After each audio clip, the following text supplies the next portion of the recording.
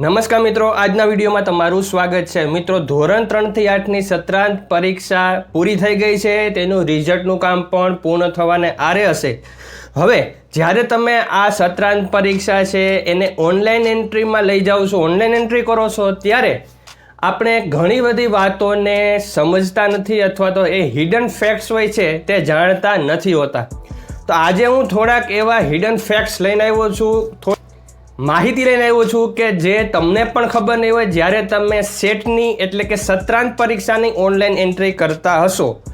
તો મિત્રો, આજનો વિડીયો પૂરો જોજો જેથી કરીને તમને કંઈક નવી જાણકારી મળશે। તો ચાલો આજનો વિડીયો શરૂ કરીએ।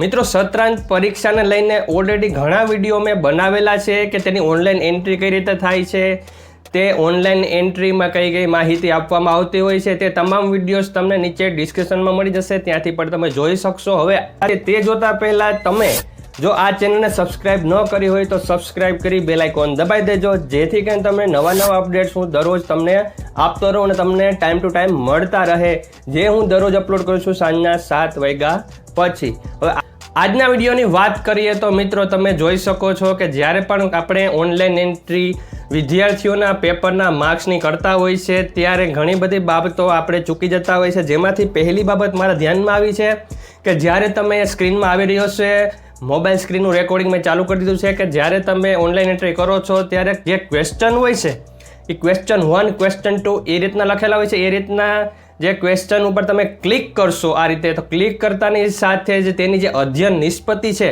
કે આ પ્રશ્ન છે કયા અધ્યયન નિષ્પત્તિમાંથી પૂછવામાં આવેલો છે તે આપને જાણકારી મળી રહેશે।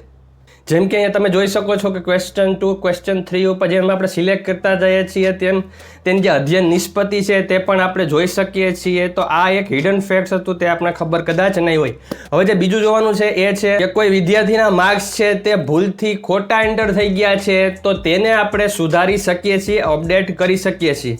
તેના માટે આપણે જ્યારે પણ એ સેવ થઈ ગયું છે તો પણ તમે એને અપડેટ કરી શકો છો, પરંતુ જો તે સેવ થઈ ગયું છે, તમામ વિદ્યાર્થીઓનું સેવ થઈ જાય અને સબમિટ થઈ જાય પછી અપડેટ નહીં થઈ શકે। પરંતુ જો તમામ વિદ્યાર્થીની એન્ટ્રી શરૂ છે પરંતુ આ એક વિદ્યાર્થીની એન્ટ્રી સેવ થઈ ગઈ છે તો તેમાં જે સુધારો છે તે તમે કરી શકો છો। તેમાં તમારે ફરીથી જે ખોટા માર્ક્સ છે એની જગ્યાએ જે સાચા માર્ક્સ છે તે એન્ટર કરી ફરીથી સેવ આપવાનું છે અને તમે જોઈ શકો છો કે જે સુધારેલા માર્ક્સ છે તે અપડેટ થઈ ગયા છે।